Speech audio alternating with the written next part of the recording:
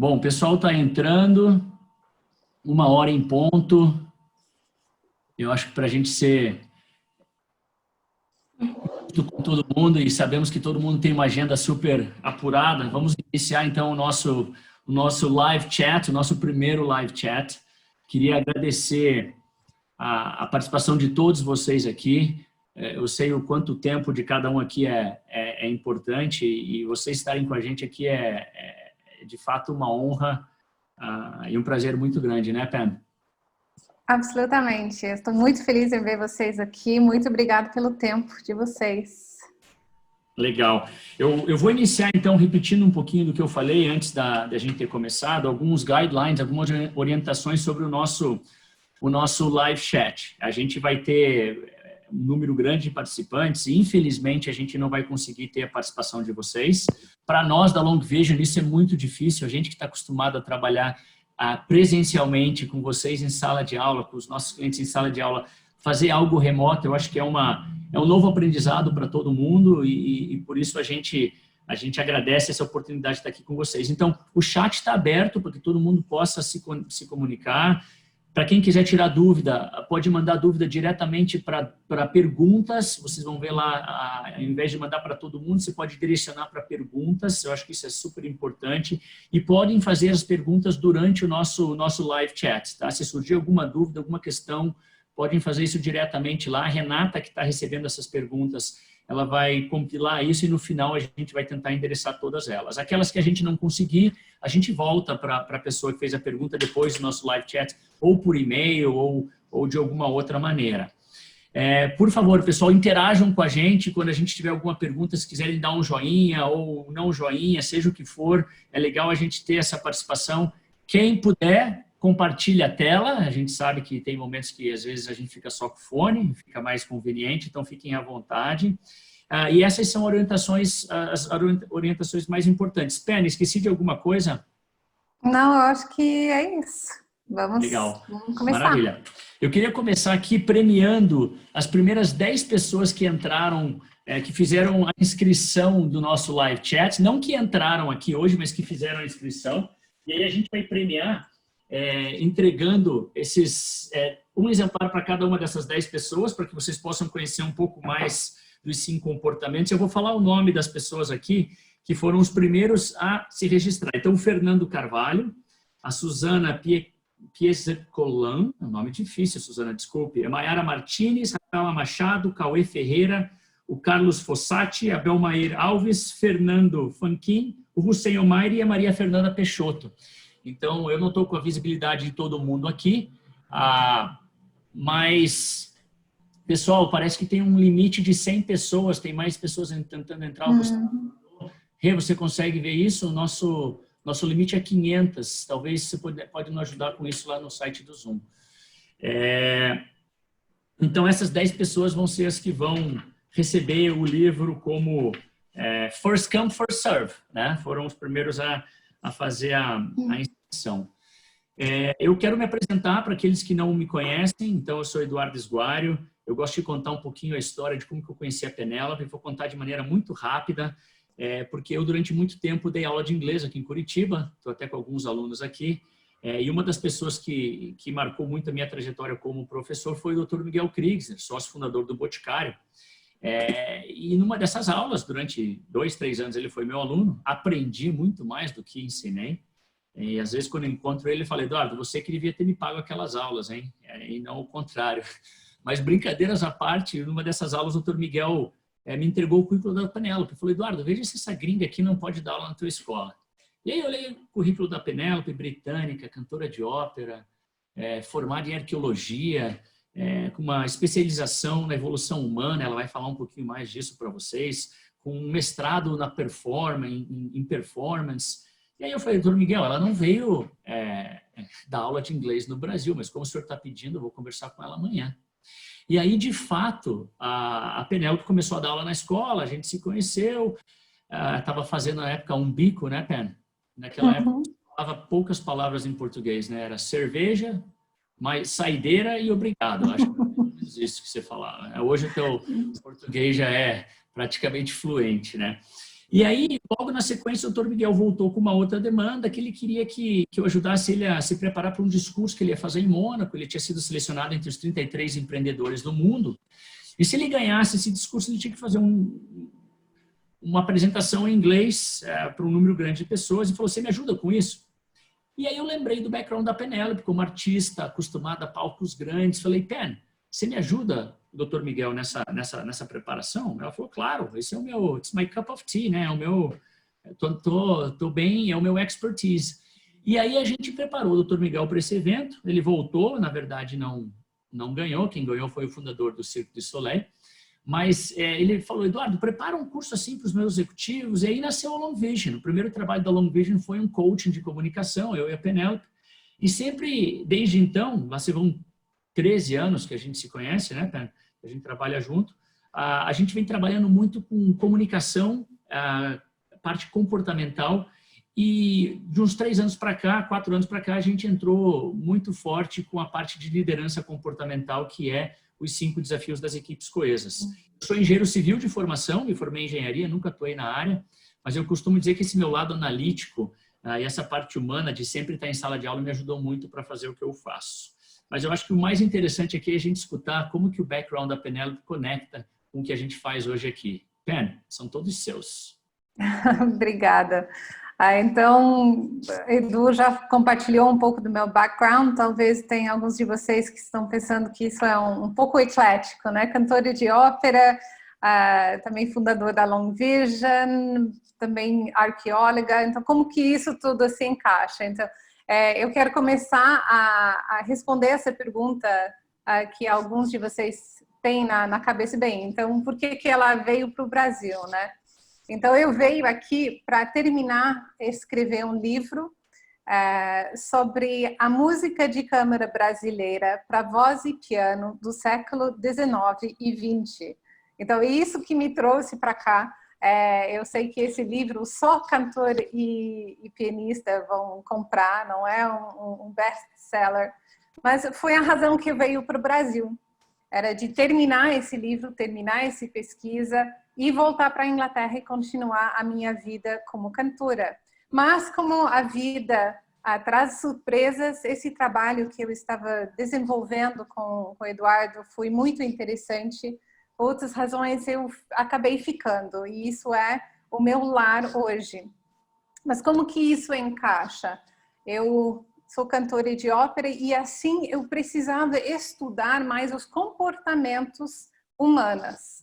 A maioria dos cantores de ópera, eles fazem um curso de teatro, uma coisa assim, mas eu escolhi a fazer a evolução humana. E porque eu queria entender realmente, profundamente, quais são os nossos comportamentos e por que esses comportamentos. Assim, eu posso representar um caráter lá no palco fielmente. Então, na época, quando eu fiz isso foi em 96, não existia ciências comportamentais, nem psicologia evolucionária também não existia. Então, se você queria saber por que nós temos esses comportamentos nossos na comunicação e relacionamento, a gente teve que fazer arqueologia. Então, é por essa razão que eu sou arqueóloga, esse aqui não parece arqueóloga, mas realmente especializei nessa parte da evolução humana. E é isso que nós colocamos dentro de todos os nossos cursos, workshops, palestras, essa visão de quem somos nós e por quê. Por que nós nos comportamos dessas formas?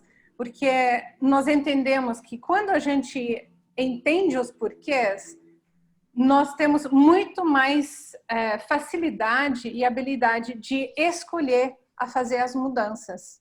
Se é simplesmente uma pessoa falando, é assim, assim, assado, ok, você pode ter confiança naquela pessoa e escolher a mudar. Mas quando você sabe os porquês do seu comportamento, assim vai muito mais fundo. Então, acreditamos muito nesse approach para tudo que nós fazemos. E eu acho que dentro do nosso portfólio não tem um workshop mais aonde que isso aparece do que os 5 comportamentos de equipes coesas, que hoje é um assunto muito interessante para a gente estudar.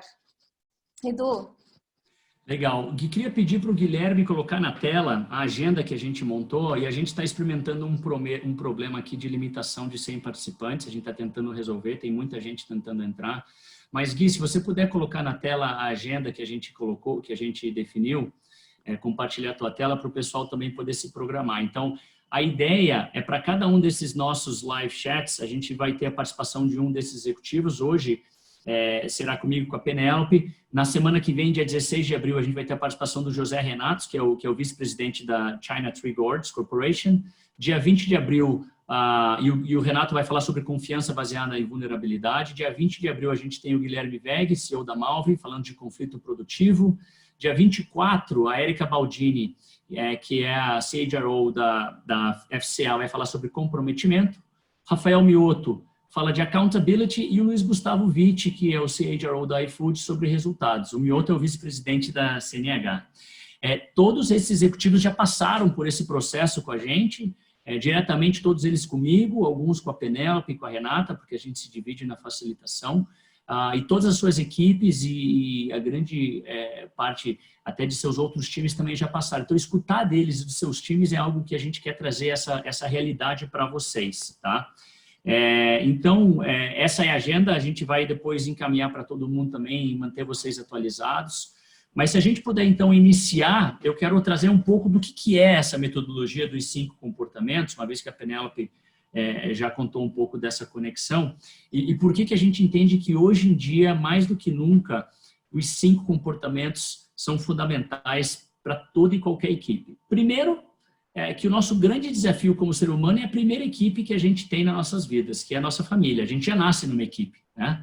A gente já nasce nessa equipe e esse é o primeiro desafio que a gente traz conosco, né? O Carlos Sisto, hoje CEO do Banco CNH lá nos Estados Unidos, ele traz essa reflexão, eu acho muito legal, porque de fato é o primeiro desafio nosso. E a gente vai passando por várias equipes até que no dia de hoje vocês se encontram liderando ou sendo liderados, né, de uma equipe, e desenvolver confiança baseada em vulnerabilidade, trabalhar o conflito produtivo dentro das equipes, de fato poder ter um comprometimento genuíno dos seus liderados e do seu líder, poder praticar accountability, que é você poder cobrar os seus pares por questões comportamentais e de desempenho, para que todo mundo possa focar no resultado coletivo, pode parecer fácil, mas na verdade não é, né?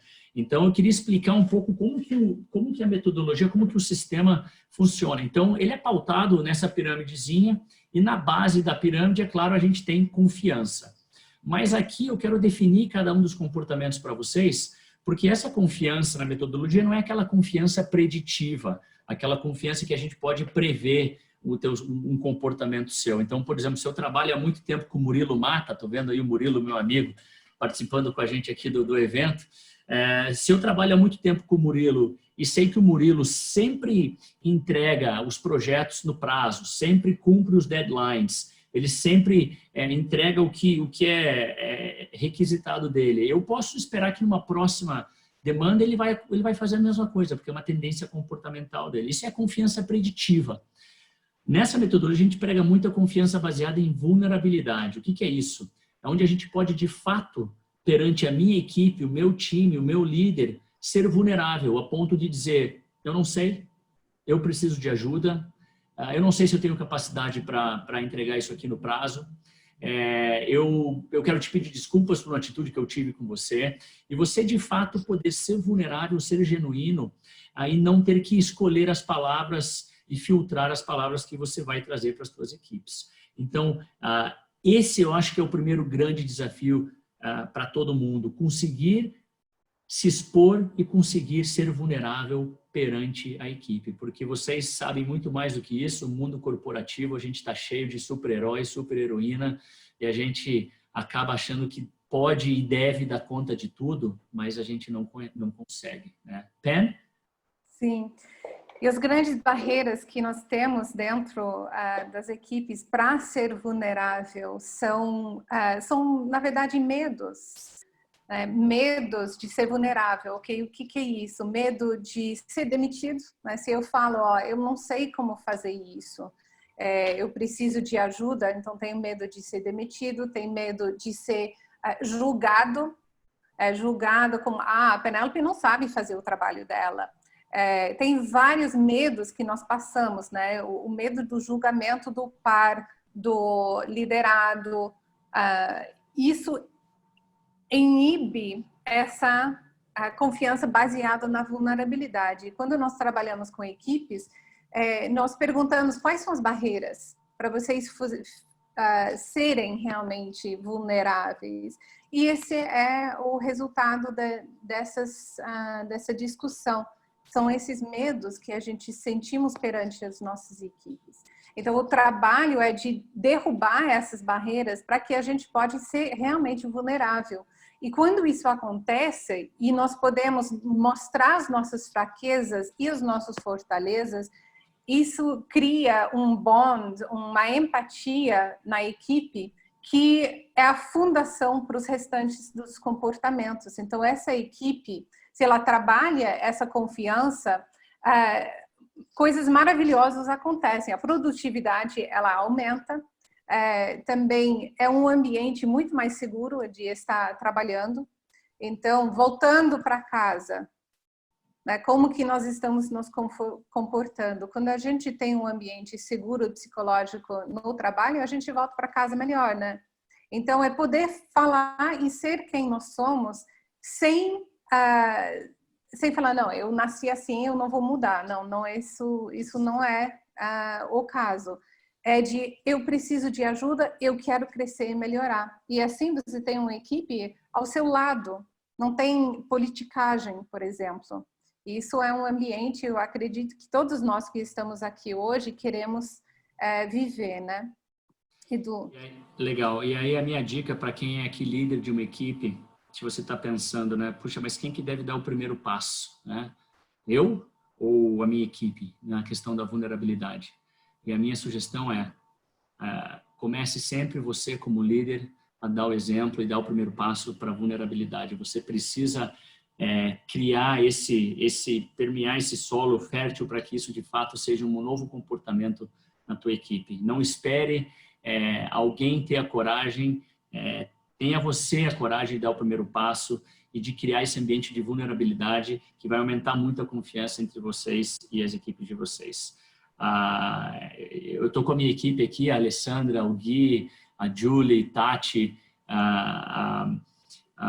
Tatiana também, e esse é um desafio que a gente tem aqui e eu posso dizer que a gente vive um ambiente de uma segurança psicológica muito grande, justamente porque Penélope primeiro dá show em termos de vulnerabilidade. Penélope é um role model em termos de como ser vulnerável, né? E eu nos últimos anos aprendendo e cada vez aplicando isso dentro da equipe, eu vejo o benefício que isso traz. E para quem acha que vulnerabilidade é um sinal de fraqueza, eu quero fechar esse primeiro comportamento antes de a gente passar para o conflito com uma analogia. Eu não gosto muito de fazer analogia de guerra, mas talvez essa seja a única que eu use ainda, porque eu acho que ela cabe muito bem. Imagine que aqui que nós estamos aqui 100 pessoas, 104 pessoas aqui na sala, e aumentando agora, acho que a gente resolveu o problema, 105. Imagine que a gente forme um batalhão, um pelotão de guerra, né? E a gente esteja avançando nesse campo e a gente sabe que o nosso flanco direito é o flanco mais vulnerável, porque a gente sabe que tem menos munição, tem pessoas ali que estão mais machucadas e que são menos preparadas para a guerra. O que a gente vai fazer como um pelotão se de fato nós formos um pelotão coeso? E aí quem quiser colocar no chat, vou até esperar um pouquinho. O que a gente tende a fazer? Se nós formos um pelotão coeso, a gente saiba que o flanco direito está enfraquecido, qual é a nossa natural reação? O que a gente pode fazer? Se misturar para reforçar todos os lados, legal. Então a gente reforça aquele lado mais fraco, a gente apoia, a gente mescla, é justamente proteger o flanco vulnerável. E é isso que equipes coesas fazem. Quando alguém traz uma vulnerabilidade, os pares se ajudam, se fortalecem. E numa equipe disfuncional, o que vocês acham que acontece quando algo desse tipo é a tônica? Se tem um lado que é mais vulnerável, numa equipe disfuncional, eles vão deixar para que o tempo tome conta. Vão talvez até cutucar a ferida daquele lado mais fraco. Então, o benefício da vulnerabilidade cada um por si, exatamente, Dani, é cada um por si, e aí o resultado coletivo foi embora, né? Então, esse é a importância do primeiro comportamento. Eu queria deixar aqui para vocês uma informação. No final do nosso evento, assim que a gente terminar de falar sobre tudo isso, a gente vai ter uma atividade, a gente quer que vocês levem algo para que vocês possam aplicar nas equipes de vocês. A Penélope vai trazer uma atividade muito interessante, então vocês também vão estar praticando isso com a gente. Mas vamos falar do segundo comportamento, que é o conflito produtivo. E talvez a palavra conflito já gere um conflito interno, né? Porque para nós aqui no Brasil, a gente está acostumado a ver conflito como algo ruim, como uma briga, como uma discussão. E dentro da metodologia, o conflito produtivo, ele prega que, primeiro, todos sejam ouvidos. Segundo, que sejam conflitos focados em ideias, em soluções, no problema e não na pessoa. Quando o conflito é focado na solução, no problema, ele é produtivo. Quando todo mundo contribui, aquela equipe consegue gerar o quê? A melhor solução para aquele problema. Então, o benefício do conflito produtivo é que, de fato, se todo mundo debatesse, todo mundo contribuísse, todo mundo argumentar e contra-argumentar, a melhor solução aparece. E eu queria compartilhar um pouco do que acontece na nossa equipe aqui, dentro da Long Vision. Para quem já realizou o DISC, vocês sabem que aqueles testes de perfis, né, a gente tem o D de dominante, I de influente, S de estabilidade e o C de cautela. Eu sou um D bem no extremo, quase que fora da bolinha, né? A Penélope é um S, é o meu oposto. A Julie, que trabalha com a gente, é um oposto.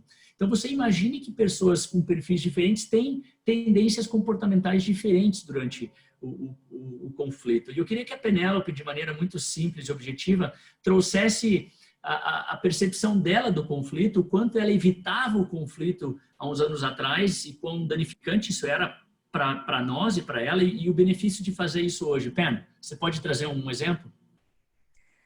Sim, claro. Eu, por ser a pessoa que eu sou, não só por DISC, mas as minhas experiências também de vida, eu fiquei evitando o conflito. Evitava a qualquer custo. E o que acontecia dentro de mim é que eu não falava a minha ideia, ou eu cedia para evitar tensão, e uma ação é tomada dentro da equipe que eu particularmente não acho que achava que era a melhor solução. Depois de um tempo, isso volta para a equipe e eu não falava. Então, acontecia coisas que realmente eu poderia ter contribuído mais, poderiam ter feito diferente, melhor, se eu contribuísse. E eu não fazia. Hoje, é um trabalho, é um esforço, é uma jornada. Mas eu entro no conflito, eu não vou ceder, porque eu sei que isso é para o bem da equipe e é para o bem da Long Vision. Quando eu não entro em conflito, isso não é a melhor solução, não vai sair.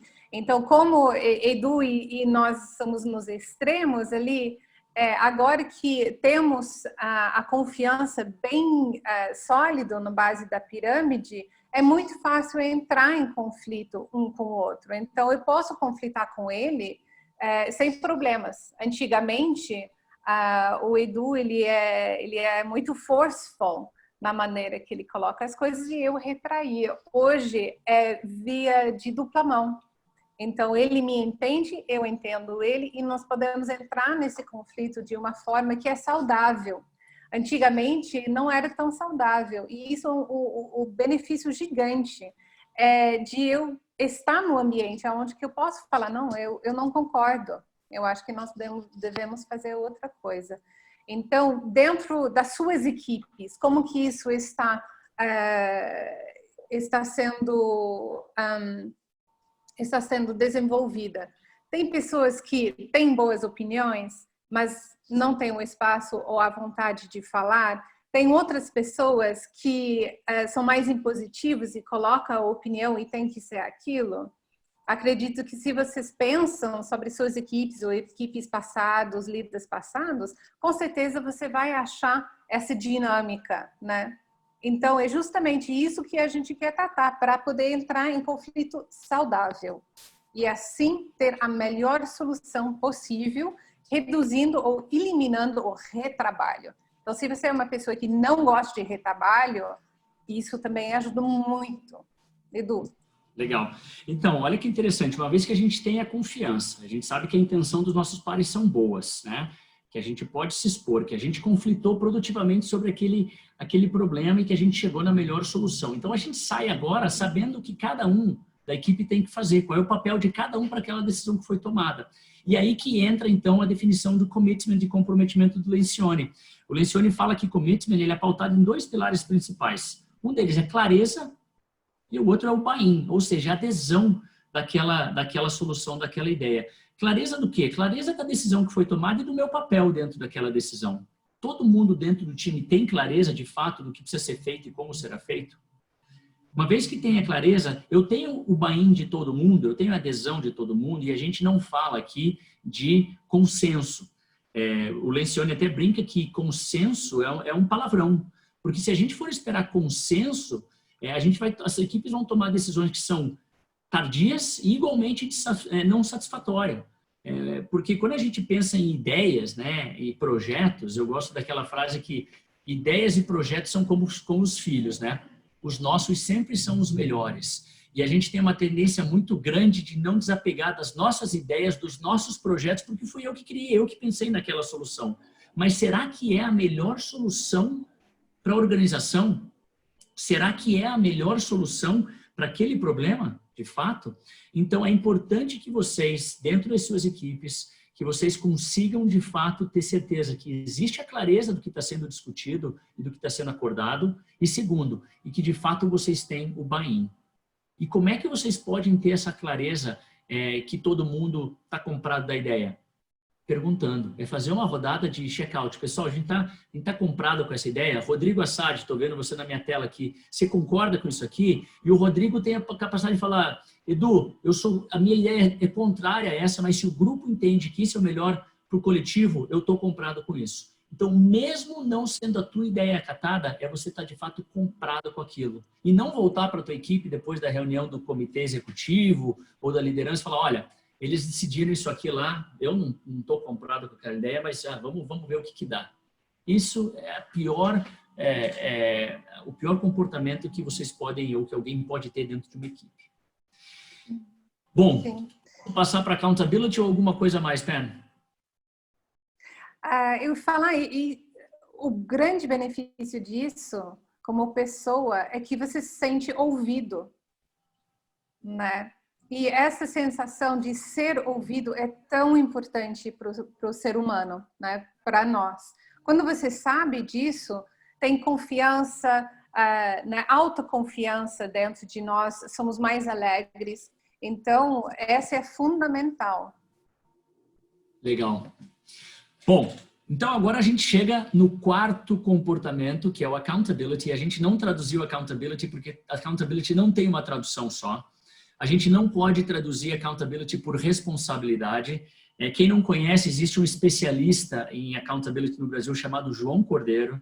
Eu recomendo que vocês busquem pelo vídeo de accountability de João Cordeiro no YouTube. É um vídeo fantástico. Eu tive a honra de conhecer o João Cordeiro no aeroporto uma vez, e depois eu conto essa história para vocês, porque foi muito engraçado. E o João Cordeiro fala muito de accountability pessoal, né? Accountability pessoal é você ter a visão de dono, o sentimento de dono, se comportar como dono e entregar resultados extraordinários, né? Accountability pessoal é como você faz o que você faz. Então, responsabilidade é de fora para dentro. Eu posso receber, olha, você tem que fazer isso aqui, isso é uma responsabilidade que me deram. Agora, como eu faço isso, isso é minha accountability interna.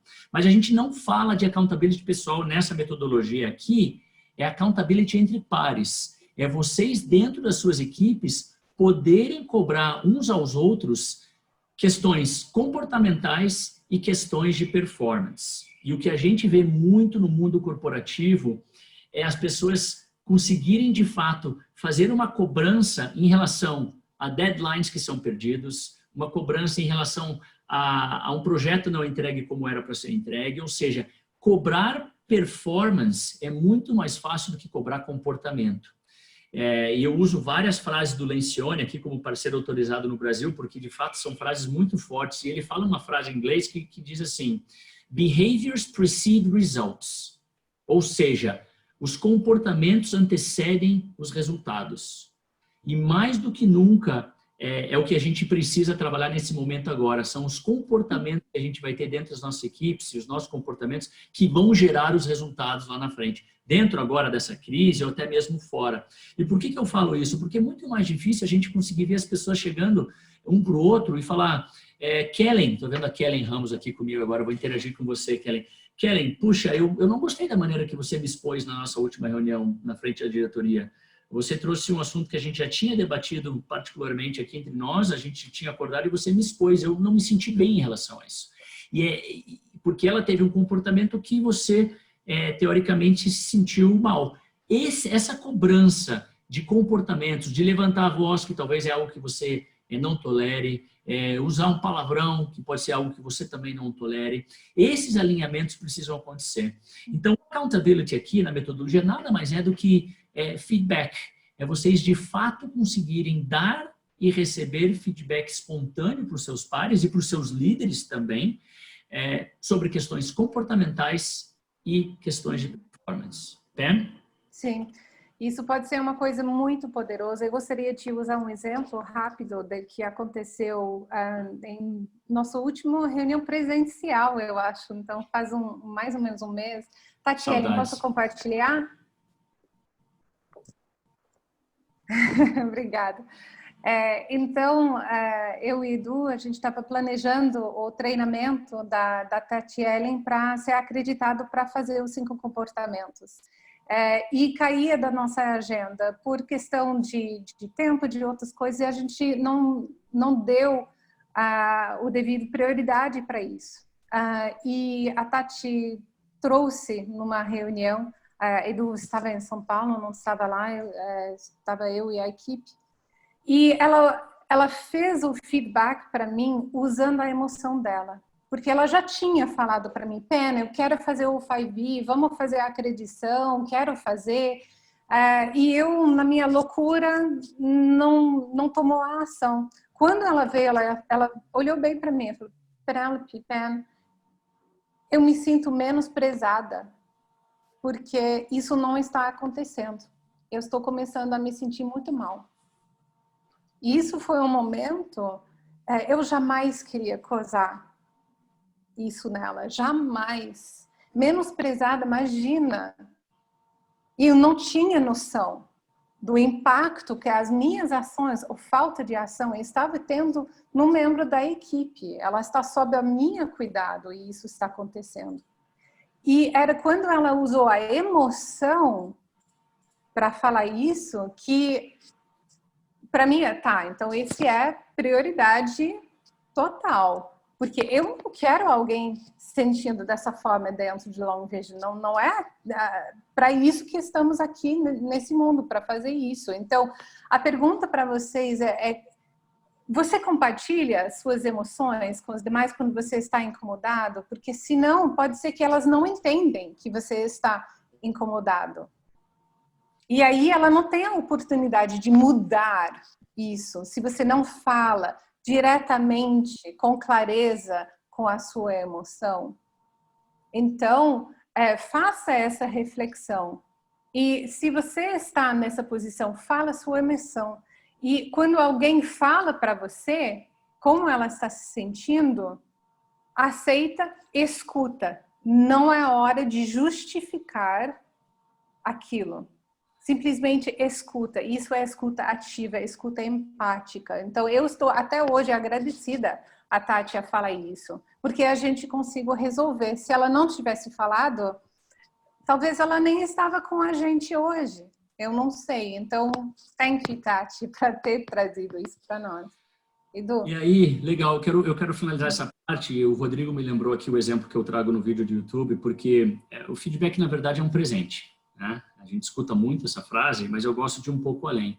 Pessoas fazem coisas diferentes quando recebem um presente. Tem pessoas que imediatamente já colocam e falam: nossa, caiu muito bem para mim, eu vou sair usando hoje já. Hoje à noite eu vou usar. Tem aquelas pessoas que experimentam e falam, não, legal, mas não é para essa ocasião, eu vou usar isso aqui numa outra ocasião. Tem pessoas que nem abrem o presente, né, e deixam lá, e depois de anos tem ainda a etiqueta, ou seja, escutou e passou batida, não fez nada com aquele feedback. E tem aquelas pessoas que recebem e passam para outro presente, né? Isso aqui não é nem para mim, eu vou dar para você. Então, o que você está fazendo com o feedback que você está recebendo? Ontem a gente fez uma rodada, a gente fez o nosso 5 Behaviors online, né? A gente está sendo forçado aqui a colocar o nosso trabalho, que eu sempre imaginei que era apenas presencial, sendo bem vulnerável com vocês aqui. Jamais imaginei que a gente pudesse fazer o que a gente faz hoje no mundo digital. Eu acho que essa nova realidade está nos abrindo os olhos que, de fato, a gente consegue fazer muito do que a gente fazia num ambiente virtual. E aí, ontem a gente fez a nossa rodada de feedback sobre como que a gente se comporta durante o conflito. E aí eu quero dividir com vocês aqui que nós somos em 9 na Long Vision, de 9 eu escutei 6 das pessoas que trabalham comigo dizendo, Edu, quando você está no teu não saudável, você fica muito impositivo. E aí, se 6 pessoas de 9 falam isso para mim, eu tenho que começar a entender que, de fato, a maneira que eu falo, por mais que eu não queira ser, eu estou sendo impositivo.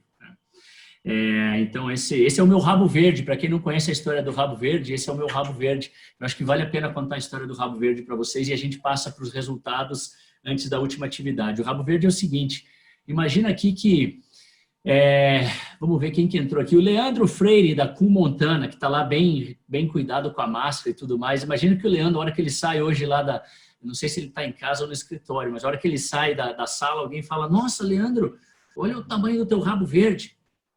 Puxa, rabo verde? Eu não tenho rabo verde. Né? Ele vai para o estacionamento, a hora que ele chega no estacionamento, uma criancinha passa correndo atrás dele, pula atrás dele e fala, nossa, moço, quase pisei no teu rabo verde, hein? Rabo verde de novo, não tenho. E a hora que ele chega em casa, fala com os filhos dele, o filho mais velho fala, pai, você ficou um dia inteiro fora hoje, olha como o teu rabo verde cresceu, né? E aí, qual que é a moral da história? Se 2, 3 ou mais pessoas falam que você tem um rabo verde e você acha que não tem, é bom pelo menos dar uma olhadinha para trás, para não tem, onde você não está na senda. E o meu rabo verde é que eu sou impositivo e vou trabalhar nisso para que eu deixe de ser tão impositivo em alguns momentos. Pessoal, para fechar o último comportamento, foco no resultado coletivo. Então, passado pelos 4 anteriores, a gente chega agora aqui como focar no resultado coletivo, algo que deva ser natural para as equipes. Mas o que a gente costuma ver é que as pessoas estão focadas na sua área, no seu departamento, no seu budget, no seu resultado, e é muito difícil as pessoas conseguirem abrir mão ou sacrificar o seu para o bem comum. E eu queria pedir para a Penélope falar um pouco mais dos resultados coletivos. Ela tem uma fala legal. Como é que é, Pena, aquela expressão que você traz para a gente? Em inglês? The greatest good for the greater number. Então, é a maior felicidade para o grupo maior, que é do Jeremy Bentham, um filósofo inglês. E isso é a base do accountability. Essa fala, mas isso acontece dentro dos resultados coletivos, porque é ali que a empresa ou a organização realmente vai sentir a diferença nos resultados. Porque se é cada um por si, você tem um resultado vamos dizer, por departamento. Então, esses departamentos, às vezes, eles são em conflito, né? Então, quando é greatest good for greatest number, ou seja, a melhor bem pela organização como em si, essa competição ela não existe, porque é o que é melhor para a organização, não só eu. E isso me permita a sacrificar alguma coisa se eu preciso para ajudar um outro departamento. Então, isso traz o resultado coletivo. Quando o resultado coletivo ela acontece, a organização como um todo, ela vai ter mais sucesso. Então, quem está orientado para resultado, às vezes a impressão, nossa, mas eu tenho que fazer todo esse trabalho para ter um resultado, eu já tenho um resultado. O meu resultado já está bom. Mas a pergunta é, ok, você consegue seu resultado, mas a qual custo que é esse resultado? A qual custo para você? como pessoa, né? Quando você chega em casa, como que tá? A qual custo para os seus funcionários, seus liderados? Qual é o nível de estresse dentro da sua vida e a vida da equipe? Vocês trabalham horas a mais, trabalham fim de semana, volta para casa, chuta o cachorro porque está chateado com o que aconteceu durante o dia, vai para casa e tem que desabafar com o esposo ou a esposa ali para tentar reduzir esse estresse e tirar. Será que isso é o lugar para fazer? Será que aí você está usando o seu tempo da melhor forma dentro da família? Então, sim, as organizações, eles estão conseguindo ter os resultados, claro, mas é a qualquer custo. E será que é sustentável, né, Pam? Exatamente. Até que ponto que isso vai aguentar, né? Muito bom. Pessoal, a gente são 1h40, Pam, você vai ter um desafio gigante, porque você vai ter 10 minutos para fazer atividade com eles, talvez 12. Não deixem de fazer essa atividade. Eu confesso que quando a Penélope trouxe para a nossa reunião, eu pensei assim, puxa, ela vem a Penélope com mais uma atividade de abraçar a árvore, de pisar na grama, vamos tirar o sapato. E aí, não que ela faça isso com frequência, mas foi isso que eu pensei. E aí eu comecei um pouco assim, cético em relação à atividade.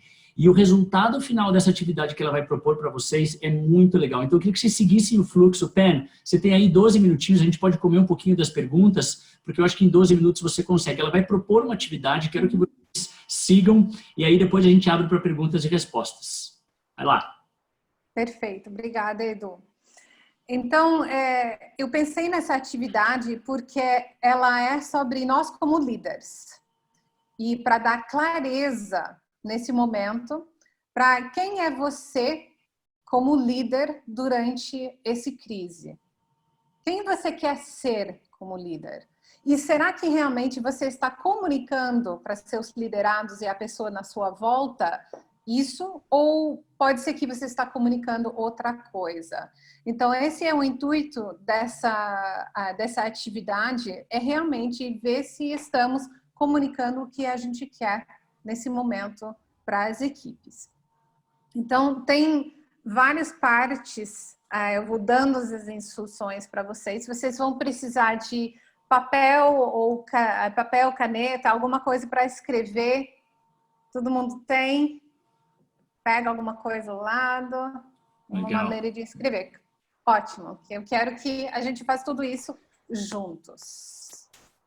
Ok.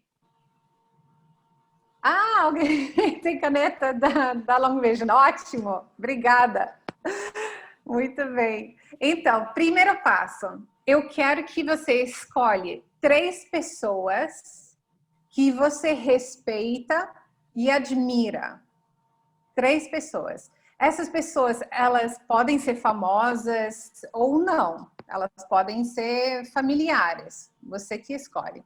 Então, escreve no seu papel 3 nomes de pessoas que você admira e respeita. Vou dar 1 minuto para vocês fazerem isso.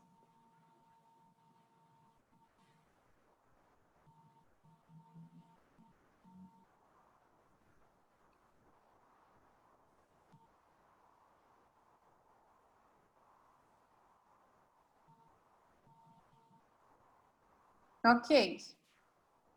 Agora, eu quero que você escreve entre 5 e 9 características que você vê nessas pessoas. Ok? Entre 5 e 9 características que você vê dentro dessas 3 pessoas que você escolheu. E vai escrevendo ao lado do nome de cada pessoa. Eu vou dar 2 minutos para fazer isso, no máximo.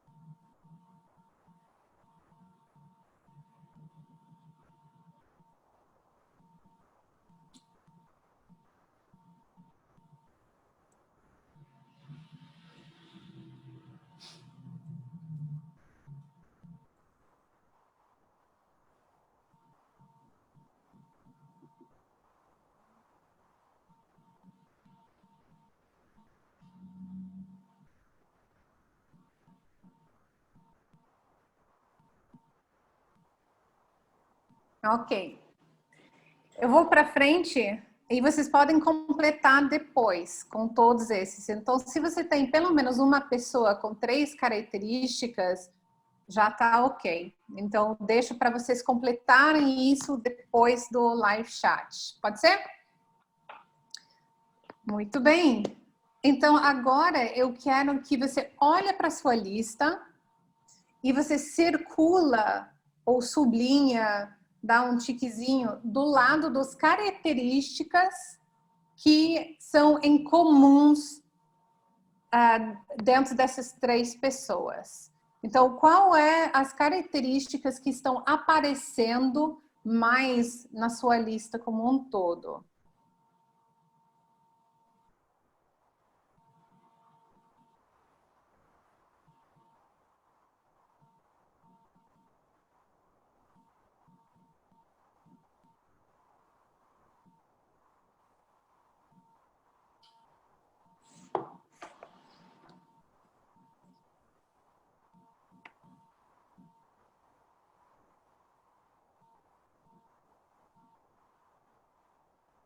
Ok.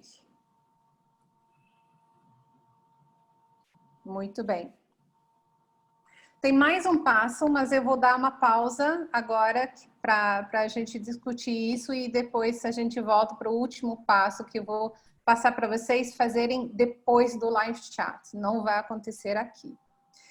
Então, qual é a importância de fazer isso? Você está vendo na sua lista que tem algumas características que aparecem mais do que os outros, ou talvez que acontecem dentro das 3 pessoas? Então, esses são os fundamentos dos nossos valores e princípios.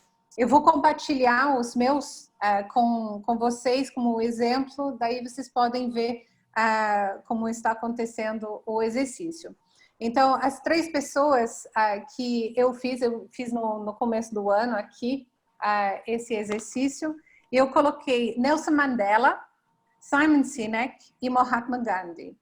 Essas são 3 pessoas que eu admiro a respeito. E as características que eu tinha colocado para os 3 era paciência, compreensão, justo, humano, empático, agente para mudança e speaks out. Speaks out é falar sobre o assunto, não ter medo de falar. Então, essas são as coisas que são mais importantes para mim. Realmente, empática e não violenta também apareceu em todos eles.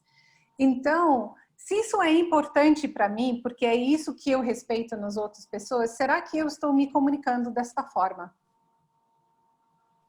Então, a gente precisa descobrir isso se estamos realmente comunicando dessa forma lá no mundo para os nossos liderados e as famílias. E assim a gente consegue fazer os nossos ajustes. Então, o último passo desse exercício, e ela não pode acontecer aqui, ela tem que acontecer fora, é que você vai escolher entre 3 e 5 pessoas da sua confiança, que você sabe vai te dizer a verdade. E você vai pedir a essas pessoas que elas te falam entre 5 e 9 características que elas veem em você. Você não precisa falar por que você está fazendo isso, para não deixar um viés. Simplesmente peça para características. Também não precisa falar se é positivo ou construtivo. É um momento de aceitar o que a pessoa quer te oferecer como característica. Quando você recebe essa lista de volta dessas 3 a 5 pessoas, você vai ver quais são as características e quais batem com as suas. E assim você vai descobrir se realmente você está se comunicando dessa forma lá no mundo. Então, eu vou compartilhar alguns dos meus. Felizmente, a maioria bateu. Então, empática apareceu, cuidadosa, também compreensiva, understanding também apareceu, mas o que não apareceu era speak out, é falar sobre os assuntos e se expor dessa maneira, como o Mahatma Gandhi com certeza fez. E aí eu descobri o meu gap. Então, eu gostaria de ser assim, mas eu não estou me comunicando assim. Então, quais são as mudanças que eu preciso fazer para que eu esteja comunicando o que eu quero de dentro e eu estou comunicando para as pessoas de fora. Então, já tomei umas ações de como fazer o speak out melhor. Estar aqui com vocês hoje é uma delas, né? Então, eu encorajo vocês a fazerem isso. Eu peço que uma pessoa dessas que vão te dar o feedback é uma pessoa da equipe que você lidera, tá? Os outros 4 pode ser quem você quiser, mas uma tem que ser um liderado seu. E se eles não tiverem equipe, Span, pode ser membros da equipe? Pode ser membro da equipe, sim. Mas alguém dentro do seu ambiente de trabalho também.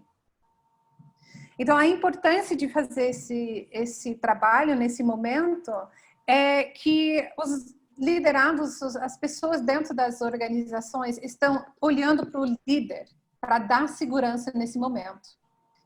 Estão olhando para nós. E se nós não sabemos nem quem eu sou como pessoa, o que é importante para mim e poder comunicar isso claramente, como que eles vão ter essa segurança nesse momento. E é isso a liderança em momentos de crise que é tão importante, porque estão olhando para nós. É nossa responsabilidade de cuidar dessas pessoas dentro das nossas organizações nesse momento. E isso é uma das maneiras que a gente pode fazer. E aí gostaria que vocês levam isso para dentro da sua organização também, faça com suas equipes e realmente vê se você está passando essa segurança para os outros. E o que você precisa fazer para chegar até lá. Será que, legal, Pen, acho que ficou bem claro, depois a gente pode mandar até por e-mail para vocês, mas a gente tem aqui um minutinho, alguém aqui teria capaz de se voluntariar para dividir com a gente quais foram as 3 pessoas e as características, só para a gente ter alguém participando com a gente aqui? Se quem quiser dar um joinha na tela aí para a gente.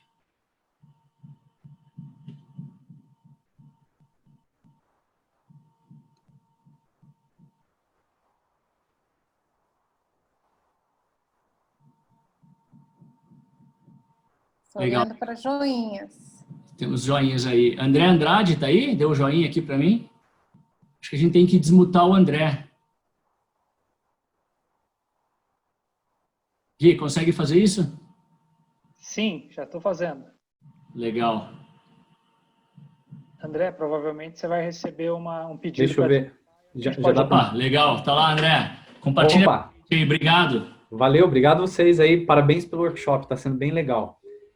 Eu coloquei 3 pessoas aqui. Eu basicamente peguei o meu pai, que é o meu exemplo mais próximo. Eu peguei eu não sei se vocês conhecem a Rachel Maia, que é uma brasileira, apesar de falar Rachel, mas ela é uma brasileira que é a CEO da Lacoste, ela já foi CEO também da Pandora, CEO aqui no Brasil. E eu peguei o Magic Johnson, que eu gosto muito de basquete, gosto muito de esporte, então ele é uma figura bem importante para mim também. É um dos primeiros ídolos de infância, né, que eu tive. E assim, eu colocando as características de todos eles, teve 3 características que se repetiram nos 3 aqui para mim, tá?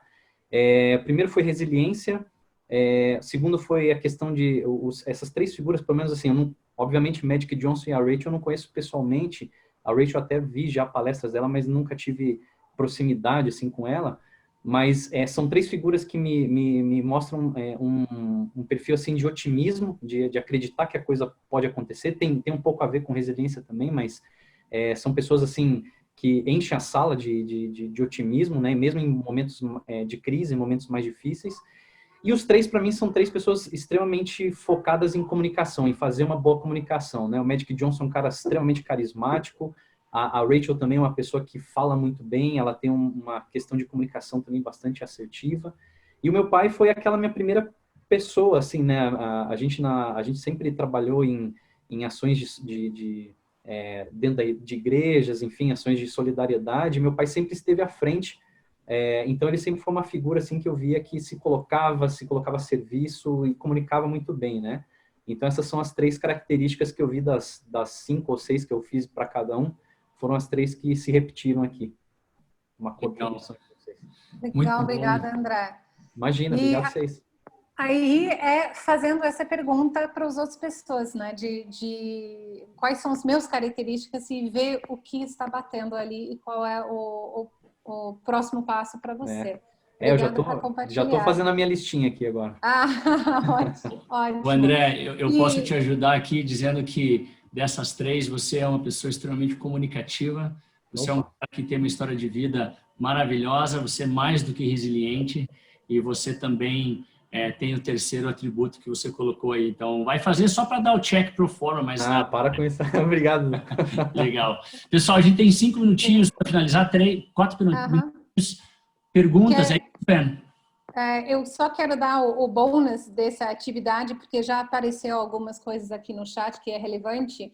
Esse também é um exercício de empatia, criar empatia e confiança dentro das equipes. Por exemplo, nós fizemos isso no Long Vision, a gente compartilhou.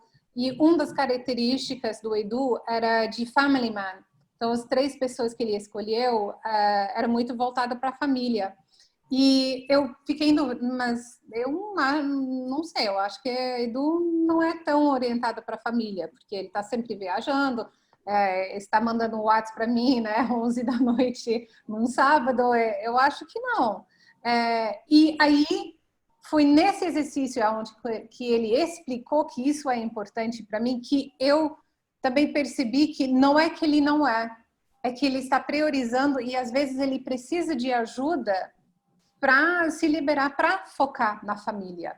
Então, nós fizemos um trabalho junto. Agora, nós conversamos mais dentro da hora do trabalho, menos no fim de semana. E quando ele tem um compromisso com a família, é isso, é essa prioridade. E nós, como equipe, a gente entende isso muito mais claramente agora, porque isso é uma prioridade dele.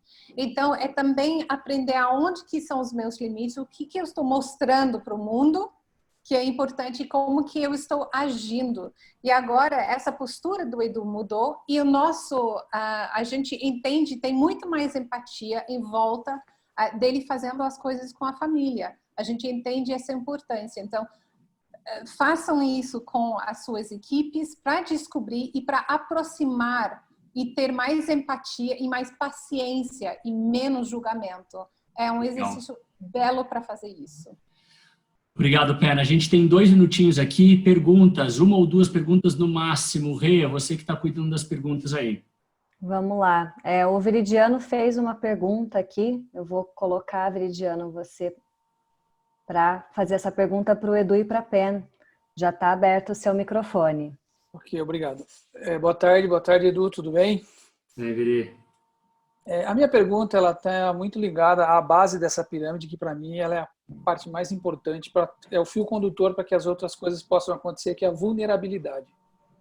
E eu já tenho 35 anos no mundo corporativo e esse mundo corporativo ele prega muito que a vulnerabilidade ela tem um sinônimo de fraqueza. Como quebrar essa cultura dentro das organizações, aonde nós somos moldados como profissionais dentro das organizações a não sermos vulneráveis? Legal. Pen? Muito interessante sua pergunta. Sim, infelizmente, vulnerabilidade pode ser associada com fraqueza. O que nós fazemos dentro desse programa dos 5 comportamentos, nós fazemos um exercício que chama a Roda da Vida, onde nós compartilhamos 8 aspectos das nossas vidas, é bem estruturado, e cada membro vai compartilhando a sua história junto com a equipe. E tem coisas como qual é o meu medo, um arrependimento, desafio de infância. E o que nós vemos com todas as equipes, que eles se abram, se fazem vulnerável e aí acham pontos similares.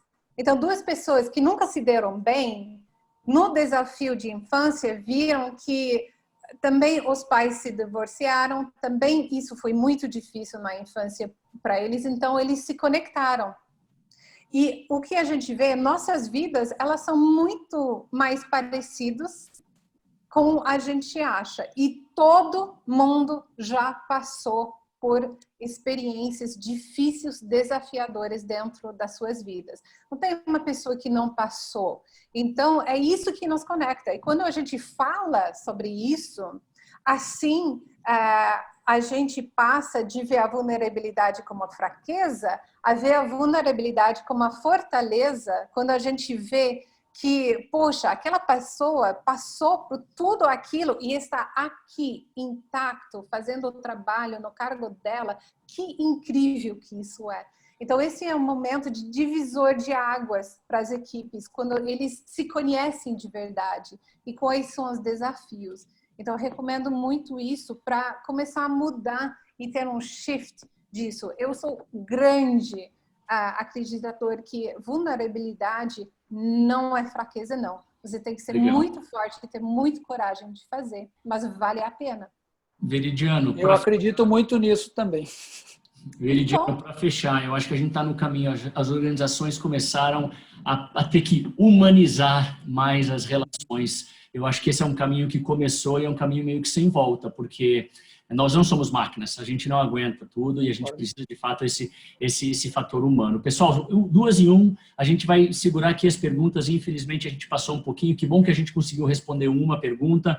Quem quiser depois, Renata, é legal pegar as perguntas, a gente pode voltar. Queria agradecer a participação de todos vocês, foi muito legal. Esse foi o primeiro. Agora, nos próximos, a gente vai se aprofundar nos 5 comportamentos. O próximo vai ser semana que vem, já com o José Renato, falando de confiança baseada em vulnerabilidade, e com o Guilherme, CEO da VEG, falando de conflito produtivo.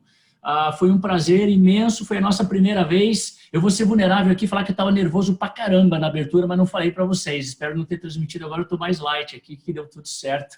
E na próxima, a gente vai estar junto com vocês, pessoal. Sim. Obrigado, Pen, obrigado. Muito obrigada, gente. Obrigada pela participação. E se vocês voltam, talvez eu conto a história de como isso é relevante ao respeito dos mamutes. Então, deixe isso com curiosidade se você quer escutar a história dos mamutes. Legal. Tem o vídeo lá no nosso YouTube também. Isso. Então, um abraço, pessoal. Tchau, tchau. Muito obrigada, gente. Tenham um ótimo fim de semana, né? Boa Páscoa. Uma boa Páscoa.